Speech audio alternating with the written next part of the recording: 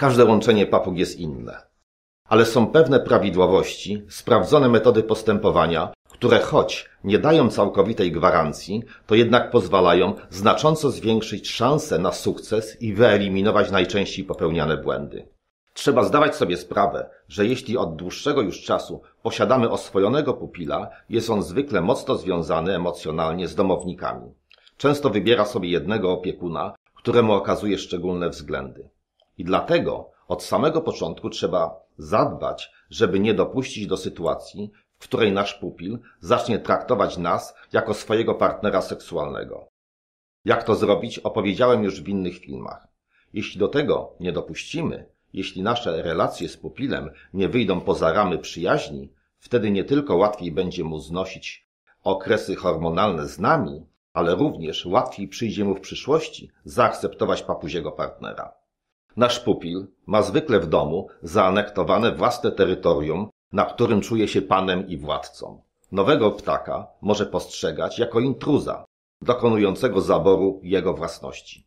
Przy łączeniu papug mamy zwykle do czynienia z sytuacją, gdy zasiedziałej, pewnej siebie papudze przeciwstawiamy nowego, zalęknionego, zestresowanego w nowym otoczeniu osobnika.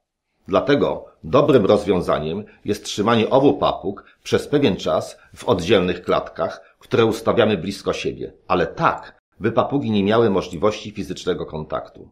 Nie nadają się do tego klatki łączone, to jest przedzielone pojedynczą ścianką, bo w przypadku agresji nie ustrzeże to papug przed zrobieniem sobie wzajemnie krzywdy. Powinny to być dwie osobne klatki ustawione w takiej odległości, aby papugi nie dosięgły się nawzajem przez pręty. Po wstępnym okresie takiego wzajemnego poznawania się można podjąć pod kontrolą opiekuna próbę połączenia obu papug. Jak długi powinien być to okres poznawania? Nie ma na to jednoznacznej odpowiedzi. Musimy zdać się na wyczucie. Można podjąć próby połączenia, gdy występujące na początku przejawy agresji lub bojaźni zostaną zastąpione wzajemnym zaciekawieniem i chęcią nawiązania przez obie strony kontaktu. Najlepiej, by pierwsze spotkanie odbyło się w miejscu, w którym nasz stary ptak dotąd zwykle nie przebywał. Oczywiście słowo stary będę tu używał w przenośni, dla przeciwstawienia nowemu.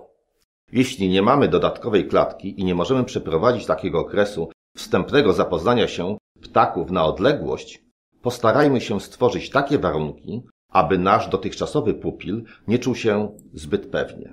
W tym celu klatkę dobrze jest na kilka pierwszych dni przenieść do innego pomieszczenia. To nowe miejsce, inny pokój, inna klatka spowoduje, że nie będzie on czuł się już tak pewnie, jak w miejscu, w którym na co dzień przebywa. Nie będzie więc bronił swojego terytorium, a lekki stres wynikły z nowej dla niego sytuacji wpłynie na osłabienie ewentualnych zachowań agresywnych.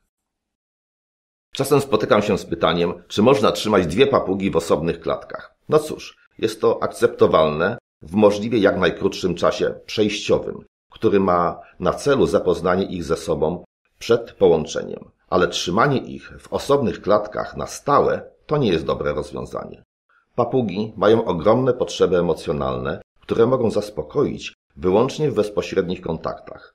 Nawet jeśli każda z papug byłaby oswojona i zaspokajała te potrzeby kontaktów emocjonalnych z opiekunem, to jeśli będą trzymane osobno, opiekun będzie musiał reglamentować im swój czas, czyli dzielić go na dwie papugi. Zawsze więc te kontakty będą ograniczone. A jeśli papugi się widzą i nie mogą być razem, to jest to takie trochę ich dręczenie. Jeśli nawet będą w osobnych pokojach, to będą się słyszały. I najprawdopodobniej będą się nawoływały, eskalując swoje głośne zachowanie i staną się hałaśliwe. Dlatego w każdym przypadku lepiej jest doprowadzić do wzajemnego zaakceptowania się ptaków, aby mogły przebywać razem. Tak więc przy łączeniu papug dobrze jest ustawić klatkę w innym pokoju lub choćby miejscu i należy możliwie jak najbardziej zmienić wnętrze klatki lub woliery, w której będziemy łączyć obie papugi. Wymieniamy żerdzie na nowe, o innym kształcie, zamocujemy, jeśli to możliwe, pojemniki z karmą i wodą w innych miejscach, włożymy nowe zabawki. Postępując w ten sposób, spowodujemy, że stara papuga nie będzie czuła się już tak pewnie i łatwiej jej przyjdzie akceptacja nowo przybyłego towarzysza. Do większości konfliktów w klatce może dochodzić przy dostępie do jedzenia i zajmowaniu najwyżej zamontowanej żerdzi. Z tego względu we wstępnym okresie wspólnego zamieszkiwania ptaków zamontujmy więcej naczyń z wodą i karmą oraz po 2 żerdzie dające do nich dostęp. W ten sposób wyeliminujemy główne źródło konfliktów, to znaczy uniemożliwimy blokowanie sobie nawzajem dostępu do wody i pożywienia. Istotne znaczenie ma również, aby najwyższe żerdzie były podwójne i zamontowane na tej samej wysokości. Umożliwia to papugom bezkonfliktowo przebywać równocześnie na tej samej wysokości. W ten sposób wyeliminujemy bójki o najwyższą pozycję w klatce. Jest bowiem naturalne, że każda z papug zawsze chce zająć jak najwyższą żerdź. Instynktownie czują się wtedy bezpieczniej i nie chcą dopuścić tam osobników, z którymi rywalizują. Dlaczego tak się dzieje? Otóż w papuzich stadach istnieje hierarchia dominacyjna, w której zawsze wygrywają osobniki silniejsze i pewniejsze siebie. A my chcemy przecież sprawić, żeby nasze papugi nie musiały ze sobą walczyć, lecz żeby stały się partnerami. O wiele łatwiej by im to przyszło, gdyby to był dobór naturalny. Niestety, są zdane na dobór sztuczny, więc to my jesteśmy odpowiedzialni za wyeliminowanie przyczyn potencjalnych konfliktów. Niektórzy opowiadają się za łączeniem papug poza klatką. W ten sposób nowa papuga, narażona na agresję partnera, ma lepsze możliwości ucieczki. Pamiętajmy jednak, że taka ucieczka w nowym, nieznanym pomieszczeniu może wiązać się z uderzeniem o szyby okienne czy lustra. Zakładam, że przed wypuszczeniem papug z klatki zabezpieczycie dobrze pomieszczenie. Ale i tak zawsze pozostają meble, a nawet ściany, o które uciekająca, wystraszona papuga może uderzyć. Zwykle też taki zalękniony, zestresowany osobnik zaszywa się w jakimś kącie, gdzie nie ma dostępu do wody i karmy, a to tylko potęguje jego traumę. Pamiętajmy, że papugi są bardzo zazdrosne o względy opiekunów. Zwłaszcza nasz dotychczasowy pupil, któremu dotąd poświęcaliśmy wyłączną uwagę, będzie zazdrosny o wszelkie okazywane nowemu względy. Dlatego w początkowym okresie absolutnie w żaden sposób nie faworyzujmy nowo przybyłej papugi. Nowa nie będzie zazdrosna o starą, a więc więcej względów okazujmy właśnie tej starej. Dzięki temu nasz dotychczasowy pupil nie będzie postrzegał nowego jako tego, który odebrał mu nabyte prawa i przywileje. Łączenia papug nigdy nie przeprowadzajmy na żywioł. Starajmy się do tego dobrze przygotować, przewidując możliwe konflikty. Jeśli incydenty nie będą tak poważne, aby groziły obrażeniami, nie wtrącajmy się. Ptaki nie muszą być od razu dla siebie miłe. W żadnym wypadku nie wolno karcić okazującego agresję ptaka. Nie pozostawiajmy ptaków samych, dopóki nie upewnimy się, że nasze działania się powiodły. W razie poważniejszych incydentów trzeba natychmiast interweniować. Dlatego dobrze jest mieć opracowane sposoby rozdzielania ptaków w przypadku jakichkolwiek agresywnych zachowań. Posiadanie drugiej klatki może więc okazać się w takiej sytuacji konieczne. No i jeszcze jedna sprawa. Spotkałem się kiedyś z opinią, że mój artykuł o łączeniu papug na papuzim blogu jest zły, bo nie zawiera informacji o kwarantannie.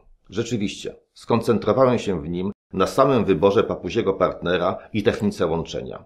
A to dlatego, że w przypadku łączenia oswojonych, ręcznie wykarmionych papug, na dodatek w warunkach domowych, uważam kwarantannę za trudną do przeprowadzenia, a jej rezultaty są wątpliwe. Kwarantanna polega na odosobnieniu przynajmniej przez kilka tygodni, a przetrzymywanie w osamotnieniu nawet tylko przez kilka dni oswojonej papugi może wyrządzić więcej szkody niż pożytku.